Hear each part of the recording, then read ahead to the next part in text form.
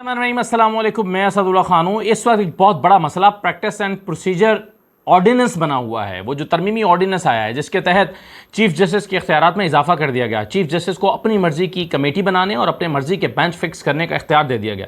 और इस कमेटी का इख्तियार हासिल होते ही काजी फ़ाइसा ने जिस तरह से अपनी मर्जी के बेंच बनाने शुरू किए हैं, तीन तीन बलोचिस्तान के जजों को डाल के अमीनुद्दीन को हर बेंच में डाल दिया है। अचानक अमीनुद्दीन इस पूरी कोर्ट के सबसे इंपॉर्टेंट जज हो गए हैं कि हर इंपॉर्टेंट बेंच में अमीनुद्दीन को डाला जा रहा है और नईम अख्तर अफगान को डाला जा रहा है, जमाल खान मंदोखेल को डाला जा रहा है। अपनी मर्जी के बेंच बनाने शुरू कर दिए हैं चीफ जस्टिस काजी फ़ाइसा ने। और उस ज़माने में जब उमर था बंदयाल चीफ जस्टिस से, इनको सबसे बड़ा एतराज़ ही ये था। मरियम नवाज़ भी कहा करती बेंच फिक्सिंग हो रही है, यही ज़बान काजी फ़ाइसा इस्तेमाल करते थे कि बेंच फिक्सिंग हो रही है और जब तक ये नहीं होगी, जब तक प्रैक्टिस एंड प्रोसीजर काबिल अमल नहीं होगा, मैं बेंचों का हिस्सा नहीं बनूंगा। मैं जो है वो कोर्ट वर्क किया करूंगा और जो है पेपर वर्क किया करूंगा। ये सारी बातें वो करते रहे और आज उसी इख्तियार का इस्तेमाल करते हुए बेरहमी के साथ वो बेंच बना रहे हैं। और वो तमाम 8 जजेस जो उनके मुखालिफ जजेस हैं उनको एक एक इक्का दुक्का करके किसी बेंच में डाल देते हैं ताकि अगर उनकी राय आए भी तो वो अक़लियती राय हो। ये सोच के काजी फ़ाइसा बेंच बना रहे हैं। तो इस वक्त ये हाई कोर्ट्स में चैलेंज हुआ है। लाहौर हाई कोर्ट में आज इस पर समाअत हुई है, उस पर मैं बात करने जा रहा हूँ। सिंध हाई कोर्ट में फ़ैसला महफूज हुआ है, वहाँ से फ़ैसला क्या आ सकता है। फिर सुप्रीम कोर्ट में चैलेंज हो गया है, इस पर एक राय अब ये जो आ रही है कि क्या ये सिर्फ सुप्रीम कोर्ट में चैलेंज हो सकता है या हाई कोर्ट्स में भी हो सकता है। इस पर वकला की माहिरीन की क्या राय है। और इस वक्त जो सबसे ज़्यादा इंपॉर्टेंट बात यह है कि सुप्रीम कोर्ट इसको कैसे देख रही है। ये जो प्रैक्टिस एंड प्रोसीजर ऑर्डिनेंस है, सुप्रीम कोर्ट के 17 जजेस या 8 जजेस ये इसको कैसे देख रहे हैं। मंसूर अली शाह साहब ने तो अपनी राय का इजहार कर दिया, क्या बाकी जजेस भी अपनी राय का इजहार कर सकते हैं। और इमरान खान ने अडयाला जेल में आज जो गुफ्तगू की है, इन तमाम चीज़ों का अहाता करने हमारा ये वीलॉग जा रहा है। ज़रा इन तमाम मौज़ूआत पर थोड़ी थोड़ी बात कर लेते हैं। सबसे पहली बात तो यह है कि जो इमरान खान ने आज अडयाला जेल में गुफ्तगू की है उसमें उन्होंने मुतालबा किया है कि फौरी तौर पर जस्टिस मंसूर अली शाह का नोटिफिकेशन किया जाए। फौरी तौर पर उनको बतौर चीफ जस्टिस उनको नोटिफाई किया जाए, बताया जाए कि अगले चीफ जस्टिस मंसूर अली शाह होंगे। और ये मुतालबा इसलिए गलत नहीं है कि पिछली मरतबा 3 महीने पहले जस्टिस काजी फ़ाइसा का नोटिफिकेशन हो गया था कि अगले चीफ जस्टिस काजी फ़ाइसा होंगे। तो 3 महीने पहले हो सकता है, तो 1 महीना पहले क्यों नहीं हो सकता। अब तो 1 महीने से भी कम वक्त रह गया है। अब काउंटडाउन शुरू हो गया है जस्टिस काजी फ़ाइसा का, लेकिन फ़ाइसा जो हैं वो अभी भी पूरा जोर लगा रहे हैं कि किसी तरह उनकी एक्सटेंशन हो जाए।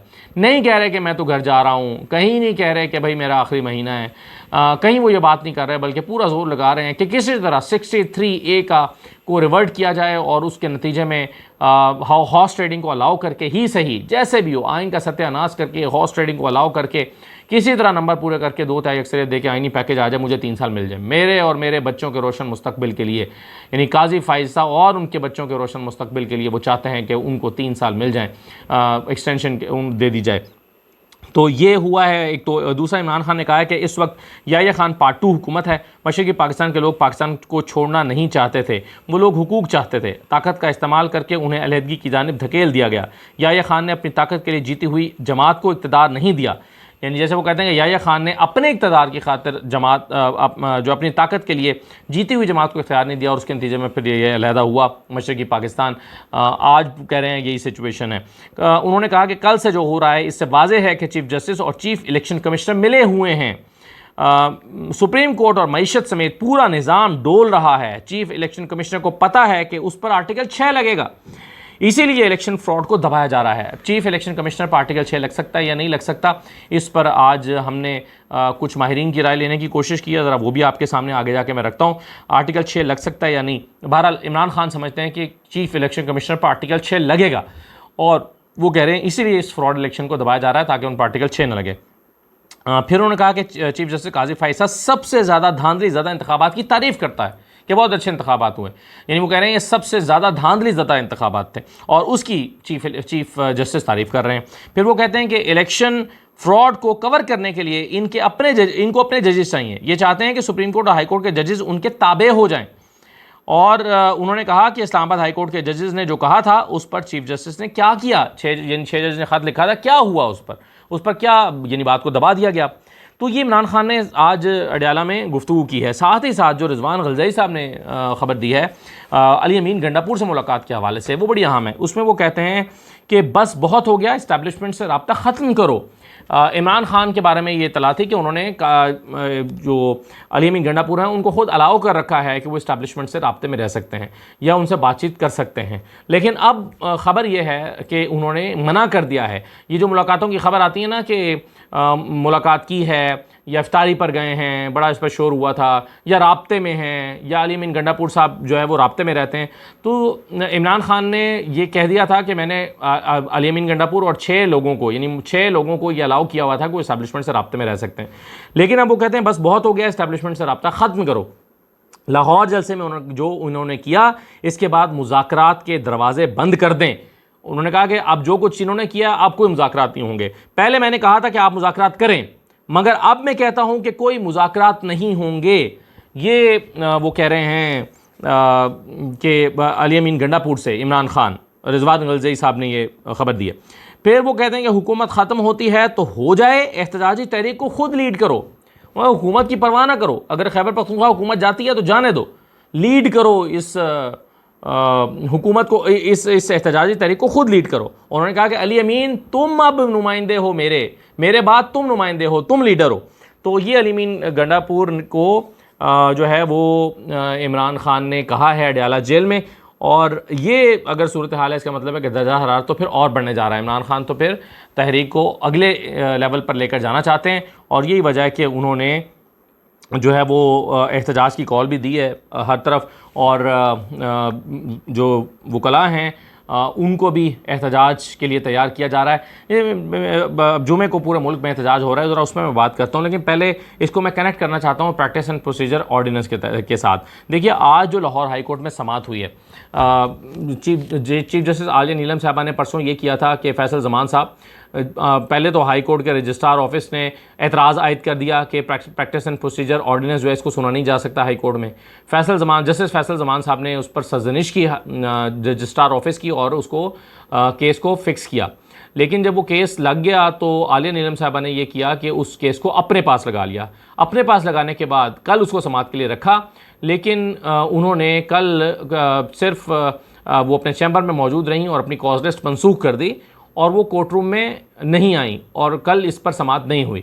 आज उन्होंने इस पर फिर समाअत की है, और आज जो है वो दरख्वास्त गुजार जो थे मुनीर अहमद जो है, उनकी शहरी मुनीर अहमद की दरख्वास्त पर ही समाअत हुई, और अज़हर सिद्दीक़ साहब भी इसमें वकील के तौर पर पेश हुए, और ग़ालिबन अज़हर सिद्दीक़ ने भी इसको चैलेंज किया हुआ है। बहरहाल दरख्वास्त गुजारों का जो मौक़िफ़ था वो ये था कि भाई ऑर्डिनेंस, चीफ जस्टिस आलिया नीलम ने कहा कि क्यों, किस बुनियाद पर आप इसको चैलेंज कर रहे हैं, क्या वजह है, इसकी ग्राउंड क्या है। तो बताया गया कि ये ऑर्डिनेंस नहीं लाया जा सकता था, ऑर्डिनेंस सिर्फ हंगामी हालात में लाए जाते हैं। यहाँ पर असम्बली मौजूद है, इजलास हो रहे हैं, इतनी इसकी अर्जेंसी नहीं थी। इसको एक्ट, पहले भी एक्ट पास हुआ था, इसको एक्ट के ज़रिए ही, यानी कानून साजी के ज़रिए ही लाना चाहिए था। इसको इस तरह नहीं लाना चाहिए था कि आप जो है वो ऑर्डिनेंस के ज़रिए ले आएँ। तो तरमीमी ऑर्डिनेंस नहीं, बल्कि इस पर कानून साजी होनी चाहिए थी। ये बुनियादी ग्राउंड ली गई है दरख्वास्त गुजारों की तरफ से, और फिर कहा कि ये मुफाद आमा का मामला है, इसके दूरस्त नताइज हैं, ये ग्राउंड्स भी ली गई। और जो वफाकी हुकूमत के वकील वहाँ पर मौजूद थे, उन्होंने मौक़िफ़ इख्तियार किया कि जनाब ये तो मेंटेनेबल ही नहीं है, ये तो आप सुन ही नहीं सकती, आपके पास तो ये सुना नहीं जा सकता हाई कोर्ट में, ये तो सुप्रीम कोर्ट में सिर्फ सुना जा सकता है। सुप्रीम कोर्ट जो है, अच्छा, अज़हर सिद्दीक़ ने कहा कि इसको तमाम बार काउंसिल्स ने और वकला तंजीमों ने भी मुस्तरद कर दिया है, और इसके अलावा ये सुप्रीम कोर्ट में भी चैलेंज हो चुका है, यानी इसको, और सिंध हाई कोर्ट में भी चैलेंज हो चुका है। तो यानी इसको ये एक्सेप्टेबल नहीं है, पब्लिक में भी, वकला तंजीमों में भी, और हर जगह ये चैलेंज हो रहा है। तो वफाकी हुकूमत के वकील ने इस पर जो है वो इन ग्राउंड्स पर तो बात नहीं की। उन्होंने कहा कि जी आप तो सुन ही नहीं सकती, मेंटेनेबल ही नहीं है, क्योंकि ये मामला जो है वो हाई कोर्ट्स का नहीं है, तो सिर्फ सुप्रीम कोर्ट में सुना जा सकता है। तो इस पर जो है वो अब फैसला महफूज हुआ है, वेट फॉर ऑर्डर में शामिल कर लिया है जस्टिस आलिया नीलम साहबा ने, और उन्होंने कहा है कि इसके मेंटेनेबल होने, यानी काबिल समाअत होने या ना होने पर फैसला सुनाएंगी। अभी वो फैसला करेंगी कि ये काबिल समाअत है या नहीं है। तो उन्होंने फैसला महफूज कर लिया है। हो सकता है वो सिंध हाई कोर्ट में जो फैसला महफूज हुआ है वहाँ से फैसला आने का इंतजार करें और उसके बाद फैसला सुनाएं। गुमान ये है, मेरी कुछ लाहौर हाई कोर्ट के रिपोर्टर से बात हो रही थी, वो कह रहे थे कि गुमान ये है कि सिंध हाई कोर्ट के फैसले का वो इंतज़ार करेंगी। वो भी 2 दिन से महफूज हुआ है, आ जाना चाहिए था, अब तक पता नहीं इतना लंबा महफूज करने की क्या वजह होती है। तो सिंध हाई कोर्ट के फैसले का इंतजार करेंगे और फिर फैसला सुनाएंगे, लेकिन हो सकता है पहले सुना दें। बहरहाल इसको फैसले को उन्होंने वेट फॉर ऑर्डर में डाल दिया है। हालांकि ये मेंटेनेबल है या नहीं है ये तो मुख्तसर तो सुनाया ही जा सकता था, लेकिन बहरहाल आप जानते हैं कि इसके अंदर क्या तकनीकी मसाइल होते हैं जिसकी वजह से इसको वेट फॉर ऑर्डर में डाला जाता है। तो ये जो है वो हाई कोर्ट में हुआ है। लेकिन इस पर फवाद चौधरी साहब जो हैं वो ये समझते हैं, आज इस्लामाबाद हाई कोर्ट वो आए हुए थे और हमारे कुछ दोस्तों ने उनसे बात की है, फ़रूख भट्टी साहब जो हैं वो वहाँ पर मौजूद थे, उन्होंने बात की। तो यहाँ जो है वो फवाद चौधरी साहब जो है वो बिल्कुल एक मुख्तलिफ राय रखते हैं। वो समझते हैं कि ये हाई कोर्ट में चैलेंज होना, सुप्रीम कोर्ट में चैलेंज होना तो चलें अलग बात है, लेकिन सुप्रीम कोर्ट के 17 जजेस को इस तरमीमी ऑर्डीनेंस पर अपनी राय का इजहार करना चाहिए, जैसे कि जस्टिस मंसूर ने किया है। जैसे जैसे मंसूर ने राय का इजहार किया है, इस तरह से इनको चाहिए तमाम जजेस बैठें और बैठकर फैसला करें भाई ये तरमीमी ऑर्डिनेंस कबूल है या नहीं, क्योंकि इसके असरात डायरेक्टली जो हैं वो सुप्रीम कोर्ट के ऊपर आ रहे हैं और सुप्रीम कोर्ट के बेंच बनने और पूरा इख्तियार उठाकर काजी फैसला के पास दे दिया गया। तो इस पर जजेस को अपनी राय का इजहार करना चाहिए। फवाद चौधरी साहब ने क्या कहा है, ज़रा सुन लीजिए। 17 जजेस जो सुप्रीम कोर्ट के मुस्तकिल जजेस हैं उनको इसके ऊपर बैठना चाहिए और इसके ऊपर उनको अपना रद्द-ए-अमल और राय देनी चाहिए, क्योंकि जो सीनियर यूनी जज हैं जस्टिस मंसूर अली शाह साहब, उनकी राय सामने आ चुकी है और उन्होंने इस एक्ट को सुप्रीम कोर्ट के अंदर के बेंचेस बनाने के इख्तियार में मुदाखलत करार दिया। यही वो मौक़िफ़ है जो तहरीक इंसाफ ने लिया था उस वक्त, और हम कह रहे थे कि ये जो बात है कि बेंच बनाने का इख्तियार नेशनल असम्बली या पार्लियामेंट तय कर देगी, तो फिर ये जो सुप्रीम कोर्ट के बेंच बनाने का इख्तियार है ये सुप्रीम कोर्ट से निकल जाएगा। और जस्टिस मुनीर बख्तर साहब का जो पॉइंट ऑफ व्यू है और उस वक्त जस्टिस एजाजुल हसन साहब का जो पॉइंट ऑफ व्यू था वो दुरुस्त साबित हुआ कि आज बेंच बनाने का इख्तियार भी पार्लियामेंट लेना चाह रहे हैं। तो ये तो फिर बड़ा ही आसान बात है कि हुकूमत ही के खिलाफ मुकदमे हैं और हुकूमत ही तय करेगी कि बेंच कौन बनाएगा। ये तो सुप्रीम कोर्ट के जजेस के हवाले से फवाद चौधरी साहब की राय है कि उन्हें क्या करना चाहिए, लेकिन एक पीटीआई के यहाँ एक डिस्कशन ये भी हो रही थी कि जो सुप्रीम कोर्ट के 8 जजेस हैं जिन्होंने फैसला दिया है उनकी पुष्ट पर खड़ा होना चाहिए, उनको पब्लिक की तरफ से सपोर्ट मिलनी चाहिए और उनको आवाम की ताकत हासिल होनी चाहिए। अगरचे आइन और कानून की ताकत जजेस को हासिल होती है, लेकिन जब उनको पता हो कि अवाम उनके पुष्ट पर खड़े हैं तो फिर वो अपने फैसले पर डटे रहते हैं। यही सोचकर तहरीक इंसाफ जो है उसने जुम्मे को मुल्क भर में एहतजाज का फैसला किया है और मुल्क भर में जो है वो जजेस के हक में ये एहतजाज होगा, जजेस के सपोर्ट में एहतजाज करने का फैसला किया है ताकि 8 जजेस को पता चले कि कौम उनके पीछे खड़ी है। और साथ ही साथ हमने रात से मैं देख रहा था ट्विटर पर भी टॉप ट्रेंड बना हुआ है, सुबह भी बना हुआ था, ट्विटर पर टॉप ट्रेंड बना हुआ है जजेस के हक में और इन जजेस की 8 जजेस की तस्वीरें लगा के उनके लिए अच्छे कलिमात कहे जा रहे हैं ताकि उनको एक सपोर्ट मिले और उनको पता चले कि उन्होंने जो फैसला दिया है उस फैसले को अवामी तायद भी हासिल है, आइन और कानून के साथ साथ अवामी तायद भी हासिल है।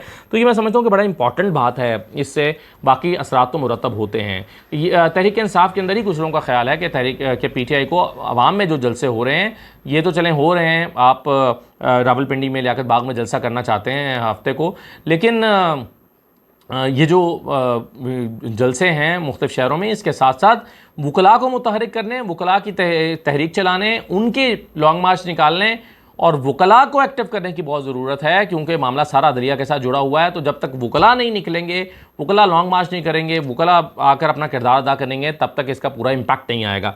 ये तहरीक इंसाफ के अंदर कुछ वकला हैं, उनकी ये मुकम्मल राय मौजूद है और वो समझते हैं कि वकला को बहुत यानी पीटीआई को अपना पूरा ज़ोर अवामी जलसे करने से ज़्यादा जो वकला के जलसे हैं या वकला के कन्वेंशन हैं या वकला के लॉन्ग मार्चेस हैं उन पर ज़्यादा फोकस करना चाहिए, इसका ज़्यादा इम्पैक्ट होगा।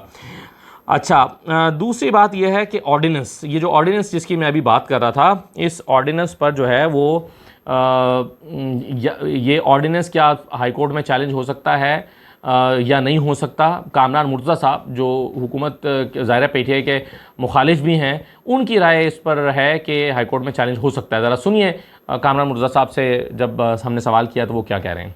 अच्छा, कामरान मुर्तज़ा साहब बताइएगा कि जो ऑर्डिनेंस 2024 आया है अब वो हाई कोर्ट में चैलेंज हो गया है, क्या उसे सुप्रीम कोर्ट में भी चैलेंज किया जा सकता है? जी कर सकते हैं, कोई दूसरा बंदा आके चैलेंज कर। और जमीयत उलमा इस्लाम इस पर क्या मौक़िफ़ रखती है?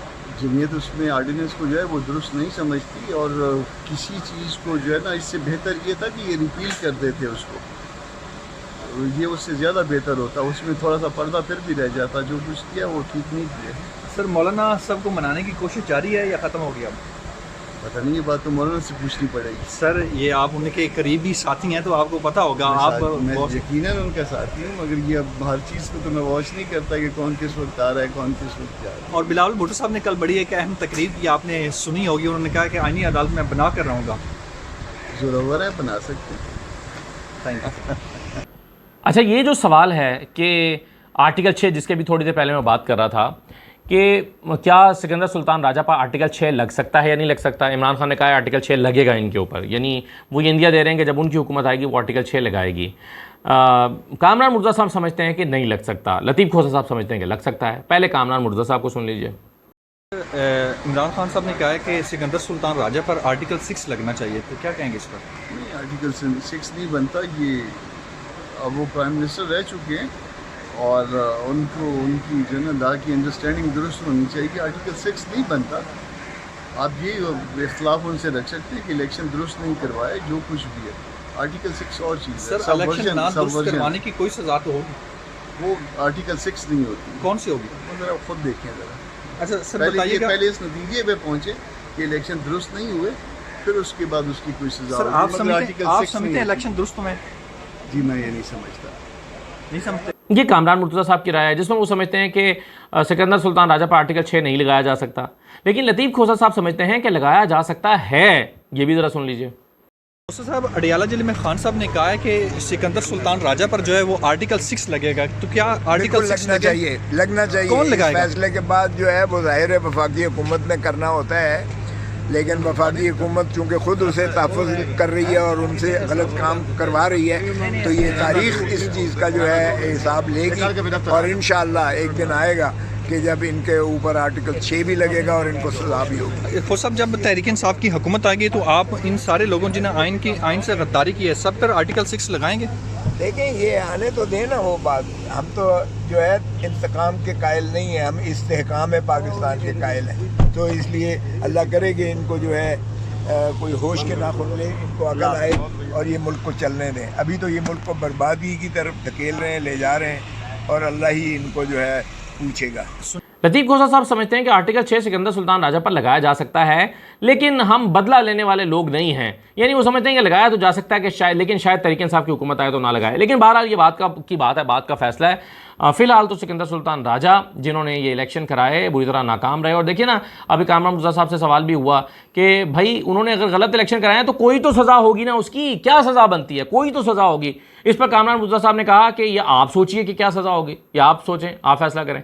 तो माहिरीन कानून तो ज़ाहिर है आप लोग हैं ना, आपने फैसला करना है या आपने बताना है कि इस पर क्या सज़ा होगी।